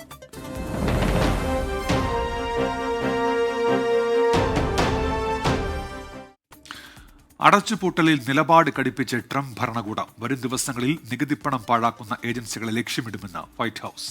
പാഴ്മരങ്ങൾ വെട്ടിമാറ്റാൻ കിട്ടിയ സുവർണ അവസരമെന്ന് ട്രംപ്. സർക്കാർ ജീവനക്കാരുടെ കൂട്ടപ്പിരിച്ചുവിടൽ ഇന്ന് ആരംഭിക്കുമെന്ന് ട്രംപ് ഭരണകൂടം വ്യക്തമാക്കി. വിവരങ്ങളുമായി അമേരിക്കയിലെ ന്യൂജേഴ്സിയിൽ നിന്ന് മധു കൊട്ടാരക്കരയാണ് ചേരുന്നത്. മധു, ഗുഡ് ഈവനിംഗ്. ഈ ഷട്ട്ഡൌൺ 3ാം ദിവസത്തിലേക്ക് കടക്കുന്നു. 7.5 ലക്ഷത്തോളം സർക്കാർ ജീവനക്കാർക്ക് ശമ്പളം ലഭിക്കുന്നില്ല. സാധാരണക്കാരും പ്രതിസന്ധിയിലാണ്. കൂടുതൽ ഭീഷണികളുമായി ട്രംപ് എത്തുന്നു. ഒപ്പം തന്നെ ഈ പാസ്പോർട്ട്, മ്യൂസിയം അടക്കമുള്ള ചില സേവനങ്ങൾ കൂടി തടസ്സപ്പെടുമെന്ന വാർത്തകളും വരുന്നുണ്ടല്ലോ. Good morning Christina, Unmesh. അത്തരം ചില നടപടികളിലേക്ക് US ഗവൺമെന്റ് കടക്കുന്നു എന്നുള്ള സൂചനകളാണ് ഇന്ന് ലഭിക്കുന്നത്. ഈ US ഗവൺമെന്റ് അടച്ചുപൂട്ടൽ 2ാം ദിനമാണ് ഇന്ന് പിന്നിടുന്നത്. ഡൊണാൾഡ് ട്രംപ് ശരിക്കും പരസ്യമായി ഡെമോക്രാറ്റ് ഭരിക്കുന്ന സംസ്ഥാനങ്ങൾക്ക് ഭീഷണിയും മുന്നറിയിപ്പും ഒക്കെ നൽകിയിരിക്കുകയാണ്. ഈ താൽക്കാലിക ട്രഷറി ഫണ്ടിംഗ് ബിൽ പാസ്സാക്കുവാൻ വഴങ്ങിയില്ലെങ്കിൽ ഫെഡറൽ ഫണ്ടിങ് നിർത്തുമെന്ന് ട്രംപ് ഇന്ന് തീർത്തു പറഞ്ഞിരിക്കുകയാണ്. ഇത് ഇന്നലെ നമുക്കറിയാം വൈറ്റ് ഹൌസിൽ മാധ്യമപ്രവർത്തകരോട് സംസാരിച്ചത് US vice president JD Vance ആയിരുന്നു. അദ്ദേഹം പറഞ്ഞ നിലപാടിൽ നിന്ന് വിരുദ്ധമായിട്ടാണ് ട്രംപിന്റെ ഇന്നത്തെ വാക്കുകൾ. വാൻസ് പറഞ്ഞത് ഗവൺമെന്റ് ഷട്ട്ഡൌണിന്റെ പേരിലൊന്നും ഡെമോക്രാറ്റ് ഭരിക്കുന്ന സംസ്ഥാനങ്ങളെ തങ്ങൾ ലക്ഷ്യം വെക്കില്ല എന്നായിരുന്നു. റസ് പോർട്ട്, അതായത് പ്രോജക്ട് 2025 തലവനാണ് അദ്ദേഹം. അദ്ദേഹത്തിനെ കാണുമെന്നാണ് ഡൊണാൾഡ് ട്രംപ് പറഞ്ഞത്. നിരവധി ഡെമോക്രാറ്റിക് ഏജൻസികളിൽ ഏതാണ് വെട്ടിക്കുറയ്ക്കുവാൻ അദ്ദേഹം ശുപാർശ ചെയ്യുന്നത് അതിനനുസരിച്ച് തീരുമാനമെടുത്ത് നീങ്ങുമെന്ന് ട്രംപ് പറയുന്നു. ഈ ഡെമോക്രാറ്റിക് ഏജൻസി ഭൂരിഭാഗവും ഒരു രാഷ്ട്രീയ തട്ടിപ്പാണെന്നും ട്രംപ് പറയുന്നു. അവിടെ വെട്ടിനിരത്തൽ ഉറപ്പാണെന്നും ആണ് ട്രംപ് വ്യക്തമാക്കിയിരിക്കുന്നത്. നിലവിൽ സർക്കാർ തലത്തിലുള്ള പാഴ്മരങ്ങളെല്ലാം വെട്ടിനിരത്തുവാൻ കിട്ടിയ ഒരു അവസരമാണ് ഇപ്പോഴത്തെ ഷട്ട്ഡൌൺ എന്ന് ട്രംപ് പറയുന്നു. അതേസമയം ഡൊണാൾഡ് ട്രംപ് പറഞ്ഞ ഡെമോക്രാറ്റിക് ഏജൻസികൾ പറ്റി പ്രസ് സെക്രട്ടറി കാരലിൻ ലെവിറ്റിനോട് ഇന്ന് മാധ്യമപ്രവർത്തകർ ചോദിച്ചു എന്താണ് ഏജൻസികൾ എന്നതുകൊണ്ട് ഉദ്ദേശിക്കുന്നത്. പക്ഷെ അത് സംബന്ധിച്ച് കൂടുതൽ ഒരു വ്യക്തത നൽകുവാൻ കാരലിൻ ലെവിറ്റ് തയ്യാറായതുമില്ല. ഉന്മേഷ്, ക്രിസ്റ്റീന. ശരി, ആയിരക്കണക്കിന് പേർക്ക് ആരോഗ്യ പരിരക്ഷ നൽകുന്ന ആരോഗ്യ ഇൻഷുറൻസിന്റെ പേരിലാണ് ഇപ്പോൾ ഡെമോക്രാറ്റുകളും റിപ്പബ്ലിക്കൻസും തമ്മിലുള്ള തർക്കം. ഈ തർക്കത്തിനൊരു പരിഹാരമായെങ്കിൽ മാത്രമാണ് ധനബിൽ പാസാക്കുക. ഹമാസിൽ ഭിന്നിപ്പെന്ന റിപ്പോർട്ടുകൾ. ഒരു വിഭാഗം ചില മാറ്റങ്ങളോടെ ഗസയിൽ അമേരിക്ക മുന്നോട്ട് വെച്ച 20 സമാധാന പദ്ധതി അംഗീകരിക്കാൻ തയ്യാറാണെങ്കിൽ മറുവിഭാഗം യുദ്ധം തുടരാനാണ് തീരുമാനം. സമാധാന പദ്ധതിയുമായി യോജിപ്പില്ലെന്ന് ഹമാസ് സൈനിക വിഭാഗം തലവൻ അറിയിച്ചു. ഹമാസിനെ ഇല്ലാതാക്കുകയെന്ന ലക്ഷ്യത്തോടെയാണ് പദ്ധതി തയ്യാറാക്കിയതെന്നും യുദ്ധം തുടരുമെന്നും ഹമാസ് സൈനിക തലവൻ ഇസുദ്ദീൻ അൽ ഹദ്ദാദ് പറഞ്ഞതായി മധ്യസ്ഥർ അറിയിച്ചിട്ടുണ്ട്. അമേരിക്കയുടെ സമാധാന പദ്ധതിയോട് ഉടൻ പ്രതികരിക്കുമെന്ന് ഹമാസ് പൊളിറ്റിക്കൽ ബ്യൂറോ അംഗം മുഹമ്മദ് നസാൽ വ്യക്തമാക്കി. ട്രംപിന്റെ നിർദ്ദേശം അംഗീകരിക്കാൻ ഹമാസിൽ സമ്മർദ്ദം ചെലുത്തിവരികയാണെന്ന് ഈജിപ്തും അറിയിച്ചു. സൗദി അറേബ്യയിൽ ടൂറിസം മേഖലയിലെ ജോലികൾ ഔട്ട്സോഴ്സിംഗ് ചെയ്യുന്നതിന് വിലക്ക്. ലൈസൻസ് ഉള്ളവർ മാത്രമേ ഈ മേഖലയിൽ സേവനം ചെയ്യാവൂ എന്നാണ് നിർദ്ദേശം. സ്വദേശിവൽക്കരണം ശക്തിപ്പെടുത്തുകയാണ് പ്രധാന ലക്ഷ്യം. സൗദിയിൽ നിന്ന് ജലീൽ കണ്ണമംഗലം തയ്യാറാക്കിയ റിപ്പോർട്ട്. സൗദി ടൂറിസവുമായി ബന്ധപ്പെട്ട എല്ലാ ജോലികളും ഇനി മുതൽ സൗദിയിൽ വെച്ച് മാത്രമായിരിക്കണമെന്നാണ് സൗദി ടൂറിസം മന്ത്രാലയത്തിൻ്റെ ഏറ്റവും പുതിയ നിർദ്ദേശം. അതായത് ടൂറിസവുമായി ബന്ധപ്പെട്ട ഒരു ജോലിയും ഔട്ട്സോഴ്സ് ചെയ്യാൻ പാടില്ല, വിദേശ രാജ്യങ്ങളിലുള്ള കമ്പനികൾക്ക് പുറംകരാർ നൽകാൻ പാടില്ല എന്നാണ് നിർദ്ദേശം.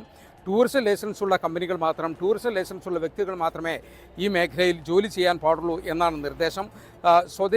കൂടുതൽ സ്വദേശികൾക്ക് ഈ മേഖലയിൽ ജോലി ലഭിക്കാനും അതോടൊപ്പം തന്നെ ഈ ടൂറിസം മേഖലയുമായി ബന്ധപ്പെട്ട സേവനം മെച്ചപ്പെടുത്തുകയുമാണ് ഈ തീരുമാനത്തിന് പിന്നിൽ.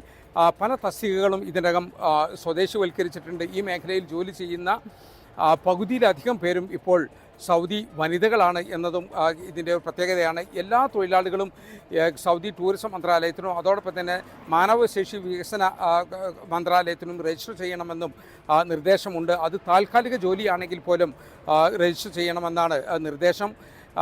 നിയമലംഘകർക്കെതിരെ ശക്തമായ നടപടി സ്വീകരിക്കും എന്നാണ് അധികൃതർ മുന്നറിയിപ്പ് നൽകിയിരിക്കുന്നത്. ഇനി ചില രാജ്യാന്തര വാർത്തകൾ ചുരുക്കത്തിൽ.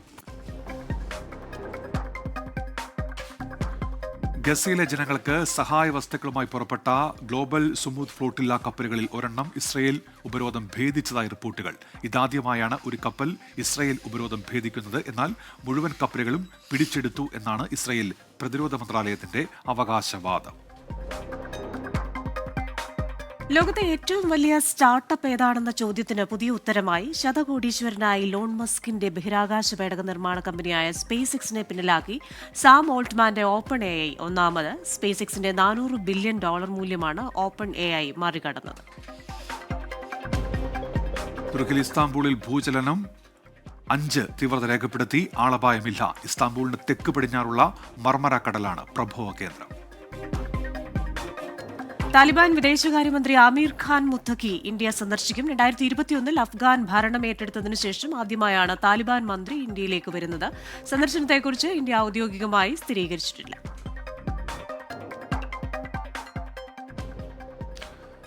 പ്രവാചകൻ അയൂബ് നബിയുടെ ഖബറിടം സ്ഥിതി ചെയ്യുന്ന സലാലയിലെ ജബൽ അയൂബ് മലനിരയിലേക്ക് 100 കണക്കിന് സന്ദർശകരാണ് ഓരോ ദിവസവും എത്തുന്നത്. ബൈബിളിൽ പ്രവാചകൻ അയൂബ് എന്നുകൂടി അറിയപ്പെടുന്ന അയൂബ് നബി മാറാവ്യാധികൾ കൊണ്ട് പരീക്ഷിക്കപ്പെട്ട പ്രവാചകനായാണ് ഇസ്ലാം മത വിശ്വാസികൾ കരുതുന്നത്. സലാലയിൽ നിന്നും ഞങ്ങളുടെ പ്രതിനിധി അൻവർ പാലേരി തയ്യാറാക്കിയ റിപ്പോർട്ടിലേക്ക്. ഒമാനിലെ രണ്ടാമത്തെ നഗരമായ സലാലയിൽ നിന്ന് ഏകദേശം 30 മിനിറ്റ് റോഡ് മാർഗം യാത്ര ചെയ്താൽ ദോഫാറിന്റെ തെക്കൻ പ്രദേശത്തായി സ്ഥിതി ചെയ്യുന്ന ജബലയ്യൂബ് മലമുകളിലെത്താം. സമുദ്രനിരപ്പിൽ നിന്ന് ഏകദേശം 3000 അടി ഉയരത്തിലുള്ള ഈ മലമുകളിലേക്കുള്ള യാത്ര ഏതൊരു സഞ്ചാരിയുടെയും മനം കവരും. ഖരീഫ് സീസണിലെ മഞ്ഞുമൂടിയ പാതയോരങ്ങളിൽ പുൽത്തകിടുകളിൽ മേഞ്ഞു നടക്കുന്ന ഒട്ടകപ്പറ്റങ്ങൾ പതിവ് കാഴ്ചയാണ്. മാറാവ്യാധികൾ കൊണ്ട് കഠിനമായ പരീക്ഷണങ്ങൾക്ക് വിധേയനായ അയ്യൂബ് നബിയുടെ ഖബറിടം സന്ദർശിക്കാനും രോഗശമനത്തിനായി പ്രാർത്ഥിക്കാനും ഗൾഫ് രാജ്യങ്ങളിൽ നിന്നും കേരളത്തിൽ നിന്നും മാത്രമല്ല ലോകത്തിന്റെ വിവിധ ഭാഗങ്ങളിൽ നിന്നും വിശ്വാസികൾ ഇവിടേക്ക് ഒഴുകിയെത്തുന്നു. മാറാരോഗങ്ങളാൽ ശരീരം മുഴുവൻ വ്രണങ്ങളുമായി ജീവിതകാലം മുഴുവൻ പരീക്ഷിക്കപ്പെട്ടപ്പോഴും ദൈവത്തിലുള്ള അചഞ്ചലമായ വിശ്വാസം മുറുകെ പിടിച്ച പ്രവാചക സ്മരണകൾ നൂറ്റാണ്ടുകൾക്ക് ശേഷവും ഈ മലമുകളിൽ ജീവസുറ്റ പ്രാർത്ഥനകളാവുന്നു. പ്രവാചകന്റെ ഖബറിടത്തിന് സമീപത്തായി അദ്ദേഹത്തിന്റെ കാൽപ്പാടുകൾ പതിഞ്ഞ കല്ലും കാലത്തെ അതിജീവിക്കുന്ന ഓർമ്മകളായി ഇന്നും നിലനിൽക്കുന്നു. അയ്യൂബ് നബിയുടെ ഖബറിടത്തിന് സമീപം ഖുർആൻ പാരായണം ചെയ്തും രോഗശമനത്തിനായി പ്രാർത്ഥിച്ചും മണിക്കൂറുകൾ ചിലവഴിക്കുന്ന വിശ്വാസികളുണ്ട്. ജീവിതത്തിലെ വേദനയും ദുരിതങ്ങളും വിശ്വാസദാർഢ്യത്തോടെ നേരിടാൻ അയ്യൂബ് നബി സ്ഥിരമായി നടത്തിയ പ്രാർത്ഥനകൾ ചുവരുകളിൽ വലിയ ലിപികളിൽ ആലേഖനം ചെയ്തിട്ടുണ്ട്. രോഗം എന്ന് പറഞ്ഞാൽ നമ്മൾ വ്രണം പൊന്തിയിട്ട്, അതായത് കുടുംബക്കാരും ലാസ്റ്റ് ഭാര്യ വരെ ഉണ്ടായിരുന്നു, ഭാര്യനോട് മൂപ്പർ തന്നെ പറയുന്നതാണ് മാറി നിൽക്കാൻ പറയുന്നത്. കാരണം എൻ്റെ പരീക്ഷണം എത്ര കാലം, അപ്പോൾ അതുവരെ അള്ളാഹുവിനോട് പ്രാർത്ഥന ഇതിലൊന്നും പറയുന്നില്ല, ഇതിനെക്കുറിച്ചിട്ട് പറയുന്നില്ല. പക്ഷെ അള്ളാഹുവിനോട് പ്രാർത്ഥിക്കുന്നതിന് ഒരു കുറവും വരുത്താതെ അത്രയും ദീർഘമായി പ്രാർത്ഥിക്കുന്ന ആളായിരുന്നു. എന്നിട്ട് ഈ രോഗം അത് മൂർജിച്ചപ്പോഴാണ് ഈ പറയുന്ന ഖുർആനിൽ പറയുന്ന ഒരു ചെറിയൊരു പ്രാർത്ഥന മാത്രമാണ് മൂപ്പര് പറയുന്നത്. അന്നി മസന്നി ഒരു വാൻതാറെന്ന് പറയുന്നത്. അല്ലാതെ എനിക്കൊരു ചെറിയൊരു ബുദ്ധിമുട്ട് വന്നിട്ടുണ്ട്, അതുകൊണ്ട് നീ ഏറ്റവും കാരുണ്യവാനല്ലേ, അതൊന്ന് മാറ്റിത്തരണം എന്ന് പോലും പറയുന്നില്ല. അള്ളാഹ് എനിക്ക് മാറ്റിത്തരണം എന്ന് പറയുന്നില്ല. അള്ളാഹ് ഒരു ചെറിയ ബുദ്ധിമുട്ട് വന്നിട്ടുണ്ട്, അതുകൊണ്ട് നിങ്ങൾ കാരുണ്യവാനല്ലേ എന്ന് ചോദിക്കുന്നു. സ്വദേശം തിരൂരാണ്, ദുബായിൽ നിന്നാണ് വരുന്നത്. ദുബായിൽ ഇത്രയും ദൂരം ഡ്രൈവ് ചെയ്ത് ഇവിടെ വന്നതാണ്. അതേപോലെ ഇത് കാണാൻ കുറച്ച് ദൂരമുണ്ട്, ഞങ്ങൾ താമസം പോകുന്ന കുറേ ദൂരമുണ്ട്. പക്ഷെ വന്നത് ഏതായാലും ഉപകാരപ്രദമായി. ഒരുപാട് ചരിത്രങ്ങൾ ഓർക്കുന്ന ഒരു സ്ഥലമല്ലേ, അത് കാണാൻ പറ്റി. പിന്നെ അദ്ദേഹത്തിൻ്റെ ശബരിടം കാണാൻ പറ്റി. അവസാന നാളുകളിൽ സാംക്രമിക രോഗത്താൽ പീഡനം സഹിച്ച അയ്യൂബ് നബി അടുത്തുള്ള മലയിൽ കുളം കുഴിച്ച് അതിലെ ജലത്തിൽ ശരീരശുദ്ധി വരുത്തിയാണ് പ്രാർത്ഥനകൾ നടത്തിയിരുന്നത്. മലയുടെ അല്പം താഴ്ഭാഗത്തായി സ്ഥിതി ചെയ്യുന്ന ഈ കുളത്തിലേക്ക് ഒരുപാട് താഴേക്ക് കാൽനടയായി മലയിറങ്ങിപ്പോകുന്ന വിശ്വാസികൾ ഈ വെള്ളം കുടിച്ചും അംഗശുദ്ധി വരുത്തിയും രോഗശമനത്തിനായി പ്രാർത്ഥിക്കുന്നു. ഇത്തവണത്തെ ഖരീഫ് സീസണിൽ കുറച്ചു ദിവസങ്ങൾ കൂടി നല്ല കാലാവസ്ഥ ലഭിച്ചതിനാൽ കൂടുതൽ സന്ദർശകർ എത്തിയതായി കഴിഞ്ഞ 1/4 നൂറ്റാണ്ടിലധികമായി ജബലയൂബിൽ കച്ചവടക്കാരനായ തിരൂർ സ്വദേശി ഹംസ പറയുന്നു. അതെ, സലാല വന്നിട്ടുണ്ടെങ്കിൽ അയ്യൂബ് നബീന്റെ മക്ബറ സന്ദർശിച്ചിട്ടേ പോവുള്ളൂ. പിന്നെ അതേമാതിരി കുളമുണ്ട്, കുളത്തിൽ പോയിട്ട് ഒന്ന് കുളിച്ച് ഫ്രഷായിട്ട് അതും പോകും. ഇവിടെയും തിരക്കാണ്. ഇപ്പൊ ഈ 3 മാസം നല്ല ജനം കയറിയിട്ടുണ്ട്. ഇപ്രാവശ്യം നല്ല ആളുണ്ടായിരിക്കണം, കാരണം കാലാവസ്ഥ നല്ല. ഇപ്പൊ തന്നെ കണ്ടില്ലെങ്കിൽ അപ്പോൾ ഇപ്പോൾ ഈ വെയില് ആവുന്ന ടൈമിൽ അപ്പോൾ ഇവിടെ മഴ വന്നിട്ട് സലാലയിൽ നിന്നും 27 കിലോമീറ്റർ സഞ്ചരിച്ചാൽ ജബലയൂബിലെത്തും. പ്രവാചകൻ അയ്യൂബ് നബി അന്ത്യവിശ്രമം കൊള്ളുന്ന സ്ഥലമാണ്. അതുകൊണ്ട് തന്നെ ധാരാളം സന്ദർശകർ ഇവിടെ എത്തിക്കൊണ്ടിരിക്കുന്നു. സലാലയിലെ ജബലയൂബിൽ നിന്നും അൻവർ പാലേരി, 24. ബ്രസീൽ ദേശീയ സുരക്ഷാ ഉപദേഷ്ടാവ് സെൽസോ അമോറിൻ ഇന്ത്യയുടെ ദേശീയ സുരക്ഷാ ഉപദേഷ്ടാവ് അജിത് ഡോവലുമായി സെൽസോ നിർണായക ചർച്ചകൾ നടത്തും. വിനീത വിജിയാണ് വിവരങ്ങളുമായി ഇപ്പോൾ ഡൽഹിയിൽ നിന്ന് ചേരുന്നത്. Vineetha, good morning. എന്തൊക്കെ കൂടിക്കാഴ്ചകൾ നടക്കും Vineetha? Very good morning Unmesh. Brazil ദേശീയ സുരക്ഷാ ഉപദേഷ്ടാവ് സെൽസോ അമോറിയം ഇന്ത്യയിൽ എത്തിയിട്ടുണ്ട്. അദ്ദേഹം ഇന്ത്യയുടെ ദേശീയ സുരക്ഷാ ഉപദേഷ്ടാവ് അജിത് ഡോവലുമായി ഇന്ന് കൂടിക്കാഴ്ചകൾ നടത്തും. നിർണായകമായിട്ടുള്ള ചർച്ചകൾ സെൽസോയും ഒപ്പം തന്നെ അജിത് ഡോവലും തമ്മിൽ ഉണ്ടാകുമെന്നാണ് അറിയാൻ കഴിയുന്നത്. അതിൽ ഏറ്റവും പ്രധാനം പ്രതിരോധ വ്യവസായ മേഖലകളിലെ ബന്ധം ഇരു രാജ്യങ്ങളും തമ്മിൽ കൂടുതൽ ശക്തമാക്കുന്നതുമായി ബന്ധപ്പെട്ടുകൊണ്ടുള്ള നിർണായകമായിട്ടുള്ള ചർച്ചകളായിരിക്കും ഉണ്ടാവുക. ഇത് കൂടാതെ തന്നെ ആരോഗ്യ മേഖലയിലെ പങ്കാളിത്തം വർദ്ധിപ്പിക്കുന്നതുമായി ബന്ധപ്പെട്ടുകൊണ്ടുള്ള ചർച്ചകൾ ഉണ്ടാകാനും സാധ്യതയുണ്ട്. ഒപ്പം ഈ ചർച്ചയിൽ കൂടുതൽ ഊന്നൽ നൽകുക പ്രതിരോധ മേഖല കേന്ദ്രീകരിച്ചായിരിക്കുമെന്നാണ് കേന്ദ്ര സർക്കാർ വൃത്തങ്ങൾ സൂചിപ്പിക്കുന്നത്. ശരി, വിനീത വിജിയാണ് ഡൽഹിയിൽ നിന്ന് വിശദാംശങ്ങളുമായി ചേരുന്നത്. ഗസ കൂട്ടക്കുരുതിക്കെതിരെ എറണാകുളം വഞ്ചി സ്ക്വയറിൽ ഗസ ഐക്യദാർഢ്യ സംഗമം സംഘടിപ്പിച്ച് സിനിമ സാംസ്കാരിക പ്രവർത്തകർ. ആഷിഖ് അബു അടക്കമുള്ളവർ പരിപാടിയിൽ പങ്കെടുത്തു. ഗസയിൽ ഇസ്രയേൽ നടത്തുന്ന വംശഹത്യക്കെതിരെ ശബ്ദമുയർത്തുന്ന വേദിയായി മാറി എറണാകുളം വഞ്ചി സ്ക്വയർ. കഫിയ ധരിച്ചാണ് സിനിമാ സാംസ്കാരിക മേഖലയിലുള്ളവർ ഗസയിൽ കൊല്ലപ്പെട്ട കുട്ടികൾക്ക് വേണ്ടി അണിനിരന്നത്. നിങ്ങളുടെ തോക്കുകൾ കൊണ്ട്, നിങ്ങളുടെ ലാത്തികൾ കൊണ്ട് നിങ്ങൾ കൊന്നൊടുക്കിയ ഞങ്ങളുടെ പ്രിയപ്പെട്ടവരെ ഓർത്ത്. ആഷിഖ് അബു, ദിവ്യപ്രഭ, പൂജ മോഹൻരാജ്, ജ്യോതിർമയി തുടങ്ങിയവരും ക്യാമ്പയിന്റെ ഭാഗമായി. അഹമ്മദ് മുഹമ്മദ് സലീം സാഫി, അമീർ അനസ് അദൽ അൽ ദൗർ, യാസൻ മുഹമ്മദ് സുബി സാല.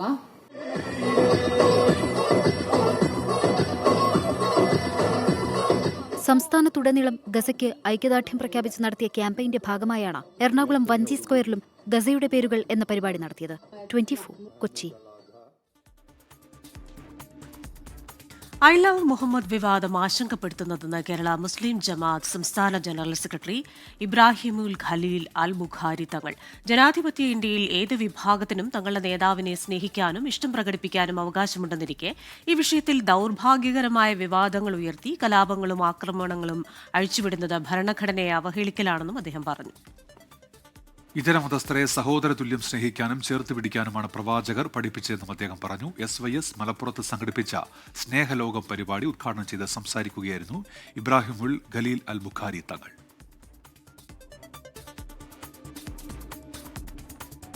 ഇപ്പോൾ വരുന്നൊരു വാർത്തയിലേക്ക്. കോഴിക്കോട് കക്കയം ഡാം സൈറ്റ് റോഡിൽ നടത്തിയ തെരച്ചിലിൽ കടുവയെ കണ്ടെത്താനായില്ല. കക്കയം ഫോറസ്റ്റ് ഡിവിഷന് കീഴിലുള്ള ഉദ്യോഗസ്ഥരുടെ നേതൃത്വത്തിൽ ഇന്നും തെരച്ചിൽ തുടരും.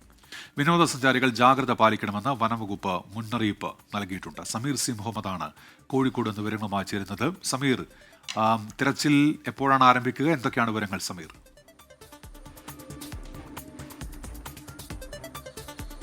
Good morning Christina, Unmesh. ഇന്നലെ രാത്രി 8 മണിയോട് കൂടിയാണ് വിദ്യാർത്ഥിയായിട്ടുള്ള ആൻജസ് ജോൺസൺ എവിടെ വെച്ചുകൊണ്ട് കടുവയെ കണ്ടു എന്ന് പറയുന്നത്. പിന്നീട് നാട്ടുകാരൊക്കെ അക്കാര്യം വനംവകുപ്പിനെ അറിയിച്ചു. വനംവകുപ്പിന്റെ നേതൃത്വത്തിൽ രാത്രി ഏറെ വൈകിയും തിരച്ചിൽ നടത്തി. എന്നാൽ കടുവയെ കണ്ടെത്താൻ കഴിഞ്ഞിട്ടില്ല. ആ ഒരു സാഹചര്യത്തിലാണ് ഇന്ന് വീണ്ടും തിരച്ചിൽ പുനരാരംഭിക്കാനുള്ള തീരുമാനം ഉണ്ടായിരിക്കുന്നത്. രാവിലെ 8 മണിയോട് കൂടിയായിരിക്കും ഉദ്യോഗസ്ഥർ എത്തുക. അതിനുശേഷമായിരിക്കും ഉദ്യോഗസ്ഥരുടെ പരിശോധന നടത്തുക. കക്കയം ഫോറസ്റ്റ് ഡിപ്പാർട്ട്മെന്റ് കീഴിലുള്ള ഉദ്യോഗസ്ഥരാണ് അവിടെ എത്തിക്കൊണ്ട് പരിശോധന നടത്തുക. RRT സംഘം ഉൾപ്പെടെ എത്തിക്കൊണ്ടായിരിക്കും പരിശോധന നടത്തുക. നേരത്തെ തന്നെ ഈ മേഖലയിൽ കടുവയുടെ സാന്നിധ്യം സ്ഥിരീകരിച്ചതാണ്. കഴിഞ്ഞ വർഷം ഇവിടെ ജനവാസ മേഖലയോട് ചേർന്ന ഭാഗത്ത് കടുവ എത്തുകയും പിന്നീട് ആ കടുവ ഉൾവനത്തിലേക്ക് തന്നെ പോവുകയും ചെയ്തിരുന്നു. കൂടാതെ അവിടെ എത്തിയിട്ടുള്ള വിനോദസഞ്ചാരികൾ പെഡൽ ബോട്ടിലൂടെ വെള്ളത്തിലൂടെ പോകുന്ന സമയത്തും കടുവ നീന്തി കയറുന്ന ദൃശ്യങ്ങളും പുറത്തു വരികയും ചെയ്തിരുന്നു. അങ്ങനെ ആ മേഖലയിൽ തീർച്ചയായും കടുവയുടെ സാന്നിധ്യമുണ്ട് എന്നത് വ്യക്തമാണ്. ആ ഒരു പശ്ചാത്തലത്തിൽ കൂടിയാണ് ഈ വിദ്യാർത്ഥി ഇന്നലെ രാത്രി കണ്ടു എന്നുള്ള കാര്യം കൂടി അറിയിച്ചിരിക്കുന്നത്. അതുകൊണ്ട് നേരിയ ഒരു ആശങ്ക നിലനിൽക്കുന്ന ഒരു സാഹചര്യം ഈ പ്രദേശത്തുണ്ട്. ഏറ്റവും പ്രധാനപ്പെട്ട ഒരു കാര്യം, വനംവകുപ്പ് ഒരു നിർദ്ദേശം നൽകിയിട്ടുണ്ട് എന്നുള്ളതാണ്. ജില്ലയിലെ ഏറ്റവും പ്രധാനപ്പെട്ട വിനോദസഞ്ചാര കേന്ദ്രങ്ങളിൽ ഒന്നുകൂടിയാണ് കക്കയം. അതുകൊണ്ട് തന്നെ കക്കയം ഡാം, ആ ഡാം സൈറ്റ്, അതിനോട് ചേർന്ന് കിടക്കുന്ന വളരെ പ്രകൃതി മനോഹരമായിട്ടുള്ള കേന്ദ്രം കൂടിയാണ്. അതുകൊണ്ട് തന്നെ അവിടേക്ക് നിരവധി സഞ്ചാരികളെത്തും. സഞ്ചാരികൾ ജാഗ്രത പാലിക്കണം, കടുവയുടെ സാന്നിധ്യം ഉണ്ട് എന്നുള്ള ഈ അറിയിപ്പിന്റെ പശ്ചാത്തലത്തിലാണ് ഇത്തരത്തിലുള്ള ഒരു നിർദ്ദേശം കൂടി വനംവകുപ്പ് ഉദ്യോഗസ്ഥർ അറിയിച്ചിരിക്കുന്നത്. ഉന്മേഷ്, ക്രിസ്റ്റീന. ശരി, സമീർ സി മുഹമ്മദാണ് കോഴിക്കോട് നിന്ന് വിശദാംശങ്ങളുമായി ചേർന്നത്. പ്രശസ്ത ചിന്തകനും സാഹിത്യ നിരൂപകനും പ്രഭാഷകനുമായിരുന്ന പ്രൊഫസർ എം.എൻ. വിജയൻ ഓർമ്മയായിട്ട് ഇന്നേക്ക് 18 വർഷം. പതിറ്റാണ്ടുകളോളം കേരളത്തിന്റെ സാംസ്കാരിക രാഷ്ട്രീയ ഭൂമികയിൽ പകരം വെക്കാനില്ലാത്ത സാന്നിധ്യമായിരുന്നു എം.എൻ. വിജയൻ മാഷ്.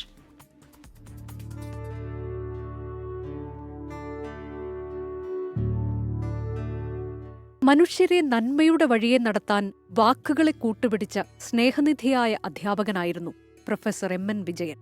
വാക്കുകൾക്കിടയിൽ അസാധാരണമാം വിധം ചിരികൾ ഒളിപ്പിച്ചും ചിന്തകളെ ജ്വലിപ്പിച്ചുമാണ് വിജയൻ മാഷ് ഹൃദയങ്ങൾ കീഴടക്കിയത്. തിരുവനന്തപുരത്തും തലശ്ശേരിയിലുമായി അധ്യാപന ജീവിതം നയിച്ചതിനു ശേഷമാണ് കേരളത്തിന്റെ സാംസ്കാരിക രംഗത്ത് വിജയൻ മാഷ് സജീവമായി ഇടപെട്ടു തുടങ്ങിയത്.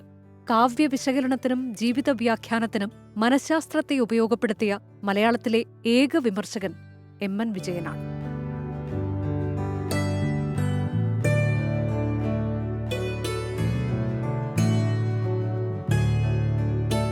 കടുത്ത ഫാഷിസ്റ്റ് വിരുദ്ധനായിരുന്നു വിജയൻ മാഷ്.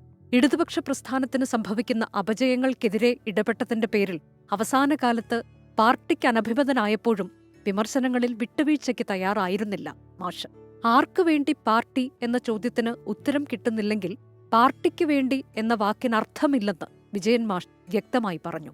പുരയ്ക്കുമേൽ ചാഞ്ഞ മരം വെട്ടിവീഴ്ത്തണമെന്ന് അന്ന് പാർട്ടി ആക്രോശിച്ചു.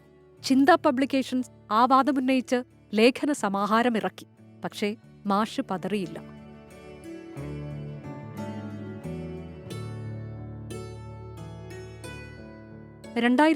ഒക്ടോബർ 3 തൃശൂർ പ്രസ് ക്ലബിൽ വാർത്താസമ്മേളനത്തിനിടെ ഹൃദയാഘാതത്തെ തുടർന്നായിരുന്നു വിജയൻ മാഷിന്റെ വിയോഗം. വായനക്കാരും ശ്രോതാക്കളുമില്ലാത്ത ലോകത്തേക്ക് പൊന്നു കായ്ക്കുന്ന ആ മരം യാത്രയായെങ്കിലും നെല്ലിലെ കല്ലും പതിരും വേർതിരിച്ച ആ ഉൾക്കാഴ്ചയുടെ പാഠങ്ങൾ എന്നും നിലനിൽക്കുക തന്നെ ചെയ്യും. Research desk 24. ഇന്ത്യയുടെ പരമ്പരാഗത കളികളിൽ പ്രധാനിയായ ഖോ ഗെയിമിൽ ചാമ്പ്യന്മാരായി പാലക്കാട് എലപ്പുള്ളി ശ്രീനാരായണ പബ്ലിക് സ്കൂളിലെ പെൺകുട്ടികൾ. കേരളത്തിൽ നിന്ന് തന്നെ ആദ്യമായാണ് CBSE ടീം ദേശീയ തലത്തിൽ ചാമ്പ്യന്മാരാകുന്നത്. അയോധ്യയിൽ നടന്ന മത്സരത്തിൽ തകർപ്പൻ ജയം നേടി തിരിച്ചെത്തിയവർക്ക് ഗംഭീര സ്വീകരണമാണ് പാലക്കാട്ടുകാർ നൽകിയത്.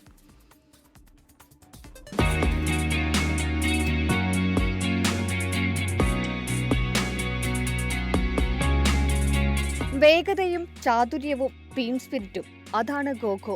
അതിവേഗ തീരുമാനങ്ങളും ടീമിന്റെ ഏകോപനവുമാണ് വിജയത്തിന് വഴിയൊരുക്കുന്നത്. ആദ്യമായാണ് കേരളത്തിൽ നിന്നുള്ള ഒരു CBSE സ്കൂൾ ടീമിന് ദേശീയ തലത്തിൽ കപ്പ് സ്വന്തമാക്കാൻ കഴിഞ്ഞത്. ഇത് കഠിനാധ്വാനത്തിന്റെ ഫലമെന്ന് ചാമ്പ്യന്മാരായ കുട്ടികൾ. ഒരു വർഷത്തെ കാത്തിരിപ്പ് തന്നെയായിരുന്നു. മുന്നത്തെ വർഷം ഞങ്ങൾ നാഷണൽ ലെവലിൽ പോയിട്ടുണ്ടായിരുന്നു. അപ്പോൾ സെക്കൻഡ് റണ്ണറപ്പ് ആയിട്ടായിരുന്നു വന്നത്. ആ ചീറ്റിങ്ങും അതൊക്കെ കാരണം. പക്ഷേ ഇപ്രാവശ്യം ഞങ്ങൾ അത് തീരുമാനിച്ച് തന്നെയായിരുന്നു പോയത്. ഖോ പാലക്കാട്ടുകാരുടെ ഗെയിമെന്ന് കോച്ച് KG രജീഷ്. ഡിസംബറിൽ മഹാരാഷ്ട്രയിൽ നടക്കുന്ന മത്സരത്തിലും കുട്ടികൾക്ക് സെലക്ഷൻ നേടാനായി. അവരെ രക്തത്തിൽ അലിഞ്ഞുള്ള ഗെയിമാണ് ഖോ. അപ്പൊ നമുക്ക് ഇവരെ അത്ര വലിയ എഫേർട്ട് എടുക്കേണ്ട ആവശ്യമൊന്നുമില്ല. പിന്നെ വേറെ സന്തോഷം പറഞ്ഞു കഴിഞ്ഞാൽ SGF ക്വാളിഫിക്കേഷൻ സ്കൂൾ തലങ്ങളിലുള്ള നാഷണൽ ലെവല് അടുത്ത ഡിസംബറിൽ 23 മുതൽ 25 വരെ മഹാരാഷ്ട്ര വെച്ച് കിടക്കുന്ന കോമ്പറ്റീഷനിൽ പങ്കെടുക്കാനുള്ള യോഗ്യത നേടിയിട്ടുണ്ട്. അഭിമാന നേട്ടം കൈവരിച്ചെത്തിയ കുട്ടികൾക്ക് വലിയ സ്വീകരണമാണ് ജന്മനാടൊരുക്കിയത്. 2 വർഷത്തെ ഇവരുടെ കാത്തിരിപ്പും ഹാർഡ് വർക്കും ഒക്കെയാണ് അത് ഇനിയും അതുപോലെ തന്നെ മുന്നോട്ട് കൊണ്ടുപോകുമെന്ന് തന്നെയാണ് ഈ ചുണക്കുട്ടികൾ പറയുന്നത്. ക്യാമറാമാൻ മുനീഫ് തിരൂരിനൊപ്പം ഐഷത്തുൽ ഷംന, 24 പാലക്കാട്. ഇനി നോക്കാം ചില അറിയിപ്പുകൾ. എറണാകുളം ജില്ലാ ക്ഷീരസംഗമം ഇന്ന് പെരുമ്പാവൂർ പോഞ്ഞാശ്ശേരി മൂൺലൈറ്റ് കൺവെൻഷൻ സെന്ററിൽ രാവിലെ 10-ന് ജില്ലാ പഞ്ചായത്ത് പ്രസിഡന്റ് മനോജ് മൂത്തേടൻ ഉദ്ഘാടനം ചെയ്യും. പാലക്കാട് കോങ്ങാട് പഞ്ചായത്തിൽ പുതുതായി ആരംഭിക്കുന്ന ബഡ്സ് റീഹാബിലിറ്റേഷൻ സെന്ററിൽ അധ്യാപക ഒഴിവുണ്ട്. താൽപര്യമുള്ളവർ ഈ മാസം 10-നകം പഞ്ചായത്ത് ഓഫീസിൽ അപേക്ഷ നൽകണം.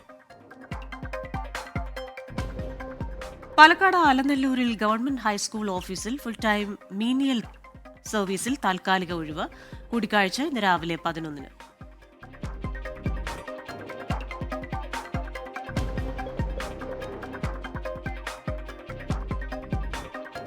മലപ്പുറം കാപ്പിൽ കാരാട് GHSൽ അധ്യാപക ഒഴിവുണ്ട്. ഒഴിവ് ഹൈസ്കൂൾ മലയാളം ഇംഗ്ലീഷ് വിഭാഗത്തിലാണ്. അഭിമുഖം തിങ്കളാഴ്ച രാവിലെ 10:30 നടക്കും. കാസർഗോഡ് GVHSS ഫോർ ഗേൾസിൽ ഹയർ സെക്കൻഡറി വിഭാഗത്തിൽ കമ്പ്യൂട്ടർ സയൻസ് അധ്യാപക ഒഴിവ്. അഭിമുഖം ഈ മാസം 6-ന് സ്കൂൾ ഓഫീസിൽ.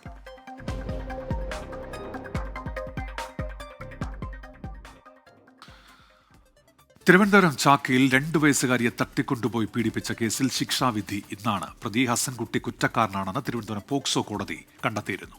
ഇതര സംസ്ഥാന തൊഴിലാളികളായ മാതാപിതാക്കൾക്കൊപ്പം റോഡരികിൽ കിടന്നുറങ്ങുമ്പോഴാണ് കുട്ടിയെ തട്ടിക്കൊണ്ടുപോയി പീഡിപ്പിച്ച ശേഷം ഉപേക്ഷിച്ചത്.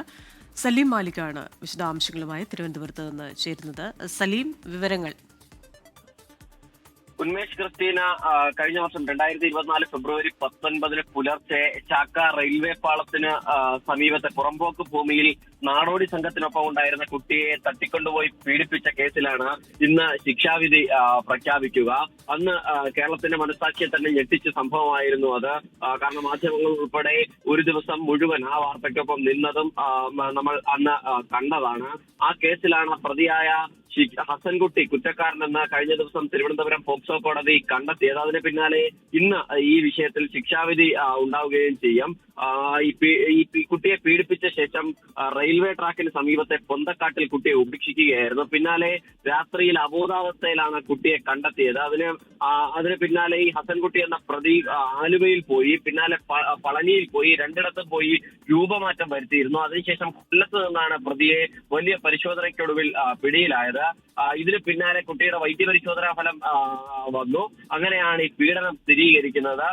പിന്നാലെ പ്രതിയുടെ വസ്ത്രത്തിൽ നിന്നും കുട്ടിയുടെ തലമുടിയിൽ ശാസ്ത്രീയ പരിശോധന നടത്തിയതിൽ നിന്നുമാണ് ഈ പ്രതിയെ കണ്ടെത്താനായത്. അങ്ങനെ ഈ വിഷയങ്ങളായിരുന്നു വിചാരണാഘട്ടത്തിൽ പ്രോസിക്യൂഷൻ പ്രധാനമായും ഉയർത്തിയത്. പ്രോസിക്യൂഷന്റെ കണ്ടെത്തലുകൾ കോടതി ശരിവെക്കുകയായിരുന്നു. മാത്രമല്ല പ്രതിയുടെ മുൻകാല പശ്ചാത്തലവും കോടതി പരിഗണിച്ചു. ഹസൻകുട്ടിക്കെതിരെ പോക്സോ ഉൾപ്പെടെയുള്ള നിരവധി കേസുകൾ നിലവിലുണ്ട്. ഇക്കാര്യം ഈ പ്രോസിക്യൂഷൻ വാദവും കോടതി മുഖവിലേക്കെടുത്തു. മാത്രമല്ല അതിനുമപ്പുറത്തേക്ക് ഒരു പിഞ്ചു കുഞ്ഞിനെ പീഡിപ്പിച്ച സംഭവം എന്ന അതീവ ഗൗരവ സ്വഭാവവും കോടതി വിലയിരുത്തിയിട്ടുണ്ട്.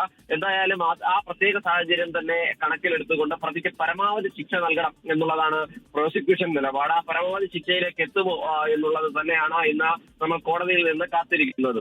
ഉന്മേഷ്, ക്രിസ്റ്റീന. ഇതെപ്പോൾ കോടതിയുടെ ഈ ശിക്ഷാവിധി എപ്പോഴുണ്ടാകും? എപ്പോഴാണ് ഇത് പരിഗണിക്കുന്നത് സലീം? ഉന്മേഷ്, രാവിലെ 11 മണിക്കാണ് കോടതി ചേർന്ന ഉടൻ തന്നെ ഈ കേസാകും ആദ്യം പരിഗണിക്കുക എന്നാണ് മനസ്സിലാകുന്നത്. കാരണം അതിവേഗ പോക്സോ കോടതിയാണ്.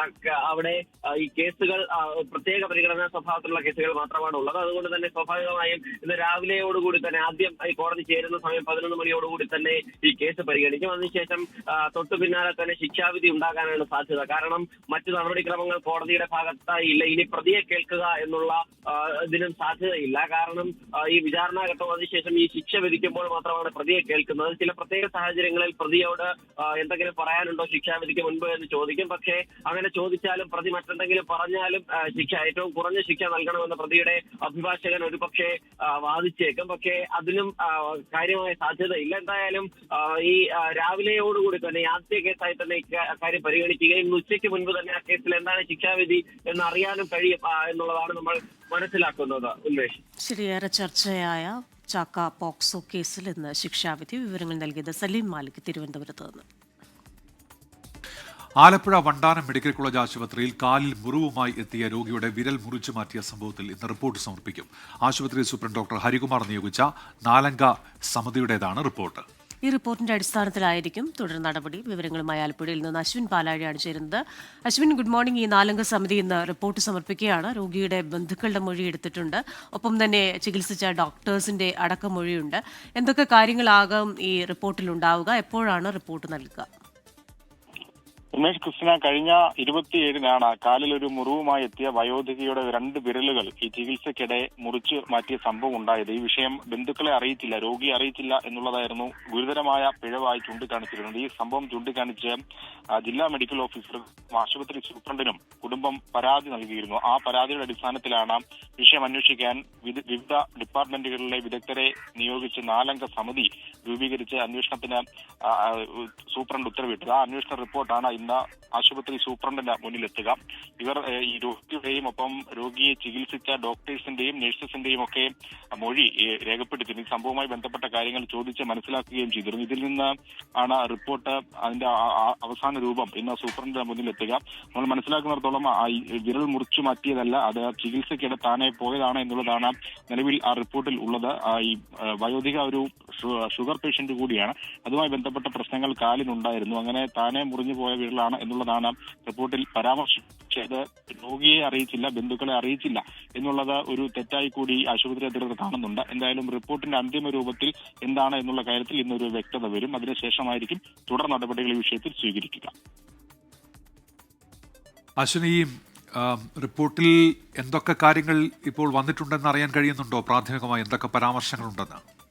നിലവിൽ നമ്മൾ പ്രാഥമിക അന്വേഷണം എന്നുള്ള നിലയിൽ തയ്യാറാക്കുന്നതിന് മുൻപേ തന്നെ ഒരു പ്രാഥമിക അന്വേഷണം ഈ വിഷയത്തിൽ നടന്നിരുന്നു. അതിന്റെ വിവരങ്ങൾ നമ്മൾ ശേഖരിച്ചപ്പോൾ അവർ പറയുന്നത് ഇപ്രകാരമാണ്. ഈ നിലവിൽ ഈ പേഷ്യന്റ് സീനത്ത് എന്ന വയോധിക അവർ പ്രമേഹ രോഗിയാണ്. പ്രമേഹവുമായി ബന്ധപ്പെട്ട് അവരുടെ കാലിന് ചില പ്രശ്നങ്ങൾ ഉണ്ടായിരുന്നു. അതിനിടെയാണ് കാലിന്റെ തള്ളവിരലിൽ ആണി കുത്തിക്കയറുന്നത്. ഈ സംഭവവുമായി ബന്ധപ്പെട്ടാണ് ചികിത്സയ്ക്ക് എത്തുന്നത്. ഇതിന്റെ ചികിത്സ മുന്നോട്ട് പോകുന്നതിനിടെ ഈ കാലിലെ മുറിവ് ഡ്രസ് ചെയ്യുന്നതിനിടെ ഈ ഷുഗറുള്ള ഭാഗം, ഷുഗറുമായി ബന്ധപ്പെട്ട് കാലിൽ ചില പ്രശ്നങ്ങൾ ഉണ്ടായിരുന്നു. അങ്ങനെ ഈ ഡ്രസ് ചെയ്യുന്നതിനിടെ 2 വിരലുകൾ അത് മുറിഞ്ഞു പോവുകയായിരുന്നു. അവർ മുറിച്ചു മാറ്റിയതല്ല എന്നതാണ് പറയുന്നത്. എന്തായാലും അത് അതേപടി തന്നെ അന്വേഷണ റിപ്പോർട്ടിലുണ്ടോ എന്നുള്ളത് അറിയണമെങ്കിൽ അത് സമർപ്പിച്ച ശേഷം അതിലൊരു വ്യക്തത വരേണ്ടതുണ്ട്. എന്തായാലും ഈ പ്രമേഹ രോഗവുമായി ബന്ധപ്പെട്ട് കാലിലുണ്ടായ പ്രശ്നമാണ് വിരൽ മുറിഞ്ഞു പോകാൻ കാരണം എന്നുള്ളതാണ് അവരുടെ വിശദീകരണം. അല്ലാതെ ആശുപത്രി അധികൃതർ മനഃപൂർവ്വം മുറിച്ചു മാറ്റിയതല്ല എന്നുള്ളതാണ് പറയുന്നത്. ഒപ്പം ഈ സംഭവവുമായി ബന്ധപ്പെട്ട് ഇവരെ അറിയിച്ചില്ല എന്നുള്ളത് ഗുരുതര തെറ്റായി കൂടി അവർ കാണുന്നുണ്ട്. ഈ റിപ്പോർട്ട് സമർപ്പിച്ചതിന് ശേഷം എന്താണ് ഇനി അതിൽ നടപടിയെടുക്കുമോ എന്നുള്ള കാര്യങ്ങളിൽ, അത് മുകൾ തലങ്ങളിലേക്ക് ഇതിന്റെ റിപ്പോർട്ട് സമർപ്പിക്കുമോ എന്നടക്കമുള്ള കാര്യങ്ങളിൽ വ്യക്തത വരണമെങ്കിൽ ഈ റിപ്പോർട്ട് സൂപ്രണ്ടിന് സമർപ്പിച്ച് തുടർ നടപടികളിലേക്ക് കടന്നാലേ അറിയാൻ സാധിക്കും. അശ്വിൻ പാലാഴിയാണ് ആലപ്പുഴയിൽ നിന്ന് വിശദാംശങ്ങളുമായി ചേർന്നത്. ഇപ്പോൾ വരുന്ന ഒരു വാർത്തയിലേക്ക്. കഴിഞ്ഞ ദിവസം രാത്രി ബാലരാമപുരത്ത് യുവാവിനെ വെട്ടി പരിക്കേൽപ്പിച്ച സംഭവത്തിൽ ആ പ്രതി ഒളിവിലാണ്. പ്രതിയുടെ പേര് സുനിലെന്നാണ്. കഴിഞ്ഞ രാത്രിയാണ് ഓട്ടോറിക്ഷ കൊണ്ട് ഇടിപ്പിച്ചതിന് ശേഷം ഈ യുവാവിനെ, ശ്രീജിത്ത് എന്ന യുവാവിനെ വെട്ടി പരിക്കേൽപ്പിച്ചിരുന്നത്.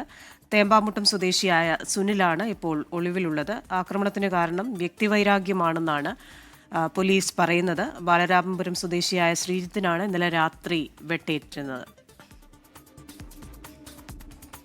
ഈ വാർത്തയുടെ വിശദാംശങ്ങളുമായി സലീം മാലിക് ചേരുകയാണ്. സലീം, ഇന്നലെ രാത്രിയായിരുന്നു വെട്ടേറ്റത്. വെട്ടിയതിനു ശേഷം ഇയാൾ അവിടെ നിന്ന് മുങ്ങുകയായിരുന്നെന്നാണല്ലോ മനസ്സിലാക്കുന്നത്. ഇയാളെക്കുറിച്ച് എന്തെങ്കിലും സൂചന ലഭിച്ചിട്ടുണ്ടോ എവിടെയാണെന്നതിനെ കുറിച്ച്?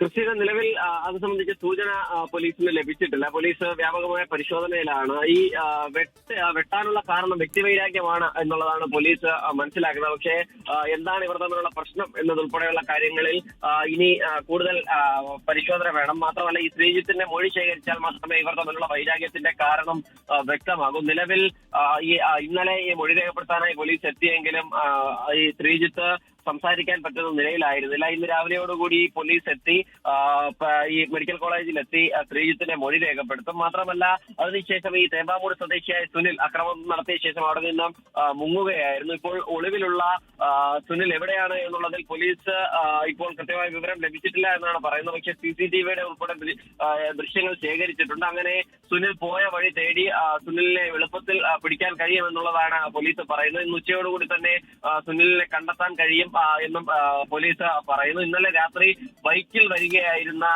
ശ്രീജിത്തിനെ ഓട്ടോറിക്ഷ കൊണ്ട് ഇടിച്ചിട്ട ശേഷമായിരുന്നു ഈ പ്രതി സുനിൽ അക്രമം നടത്തിയത്. കയ്യിലും കാലിലും വെട്ടി പരിക്കേൽപ്പിക്കുകയായിരുന്നു. ഗുരുതരമായി പരിക്കേറ്റ ശ്രീജിത്തിനെ അപ്പോൾ തന്നെ മെഡിക്കൽ കോളേജ് ആശുപത്രിയിലേക്ക് പ്രവേശിപ്പിച്ചു. ഇവർ തമ്മിലുള്ള ബന്ധം എന്താണ്, ഇവർ തമ്മിലുള്ള വൈരാഗ്യത്തിന് കാരണം എന്താണ് എന്നതുൾപ്പെടെയുള്ള കാര്യങ്ങളിൽ പോലീസ് വിശദമായ പരിശോധന നടത്തുകയാണ്. ഈ ശ്രീജിത്തിന്റെ മൊഴി രേഖപ്പെടുത്തുക എന്നുള്ളതാണ് നിലവിൽ പോലീസിന് മുൻപിലുള്ള ദൗത്യം. അതിന് പിന്നാലെയാകും മറ്റു നടപടികളിലേക്ക് കടക്കുക. ക്രിസ്റ്റീന. ശരി, സലീം മാലിക്കാണ് തിരുവനന്തപുരത്ത് നിന്ന് വിശദാംശങ്ങളുമായി ചേർന്നത്. ഭക്ഷണത്തിന്റെ രുചി കൊണ്ട് മാത്രമല്ല, ചിലപ്പോൾ കടയുടെ ലുക്ക് കൊണ്ടുകൂടി ചില ഹോട്ടലുകൾ പ്രസിദ്ധമാകും. ചെന്നൈയിലെ അത്തരത്തിലുള്ള ഒരു ഹോട്ടലിലേക്കാണ് ഇനി. ചെന്നൈയിലെ മൈലാപ്പൂരിലെ കപാലീശ്വർ ക്ഷേത്രത്തിനടുത്തുള്ള ജനൽക്കടയിലെ കാഴ്ചകൾ കാണാം.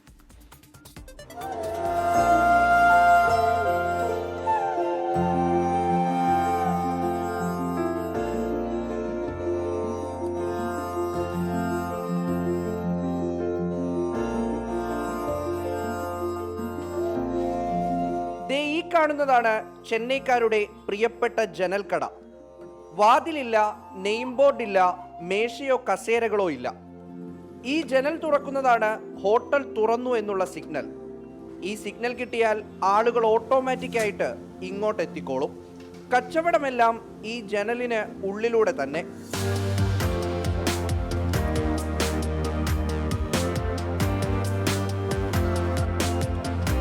രാവിലെ 8 മണിയോടെ ജനൽ തുറക്കും. കാലത്ത് ഇഡലിയും പൊങ്കലും വടയും ചട്നിയും ഒക്കെ കിട്ടും. 9:30 പൂരിയും റെഡിയാകും. വൈകിട്ട് വിവിധതരം ബജ്ജികളാവും ഉണ്ടാവുക. 18 വർഷമായുള്ള ജനൽക്കട തുടങ്ങിയത് ശിവരാമകൃഷ്ണൻ എന്നയാളാണ്. കോവിഡ് ബാധിച്ച് അദ്ദേഹം മരിച്ചു. പിന്നീട് മക്കളും ചെറുമക്കളും കട ഏറ്റെടുത്തു. தாத்தாக்கு அந்த ஐடியா தோணுச்சு. ஏன்னா எங்கேயுமே இதுமாரி இது பண்ணதில்லை. இதான் ஃபஸ்ட் டைம். எல்லாத்தையும் தள்ளுபடி வச்சுருப்பாங்க, கட்டை கட்டி வச்சுருப்பாங்க, ஹோட்டல் மாரி வச்சுருப்பாங்க. ஆனால் தாத்தாவோட ஐடியா தான் இது. தாத்தா ஆரம்பித்து இதுமாரி யாரும் ஆரம்பிக்கல, அதுமாரி நம்ம புதுசாக ஆரம்பிக்கலாம் அப்படின்னாங்க.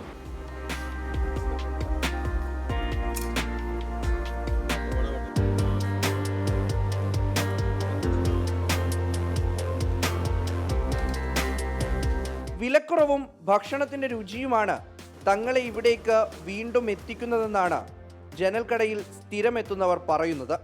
സത്യത്തിൽ ഈ കട പഠിപ്പിക്കുന്ന ഒരു വലിയ പാഠം കൂടിയുണ്ട്. പരിമിതമായ സാഹചര്യമാണെങ്കിലും നമ്മൾ എന്തെങ്കിലുമൊക്കെ വെറൈറ്റിയായി ചെയ്താൽ, നമ്മുടെ ആശയങ്ങൾ ഏതെങ്കിലുമൊക്കെ രീതിയിൽ പ്രാവർത്തികമാക്കിയാൽ പിൽക്കാലത്തെങ്കിലും അത് വലിയ രീതിയിൽ ക്ലിക്കാകും, സ്വീകരിക്കപ്പെടും. എന്തായാലും ഈ കട തുടങ്ങിയ മുത്തച്ഛൻ, അദ്ദേഹത്തിൻ്റെ ആ ഒരു തോട്ടിനാണ് മാർക്കിടേണ്ടത്. അതിന് 100 മാർക്ക് നൽകുകയും വേണം. എന്തായാലും നല്ല ഭക്ഷണമായിരുന്നു. ഒരുപാട് തിരക്കുണ്ട്. ദിവസം തോറും ആളുകൾ ഇങ്ങനെ പുതുതായി വന്നുകൊണ്ടേയിരിക്കുകയാണ്. ക്യാമറാമാൻ ശ്രീകാന്ത് ഗൗരീശപ്പെട്ടത്തോടൊപ്പം മുഹമ്മദ് റഹീസ്, 24 ചെന്നൈ. ഈ റിപ്പോർട്ടോടെ മോർണിംഗ് ന്യൂസ് പൂർണ്ണമാവുകയാണ്.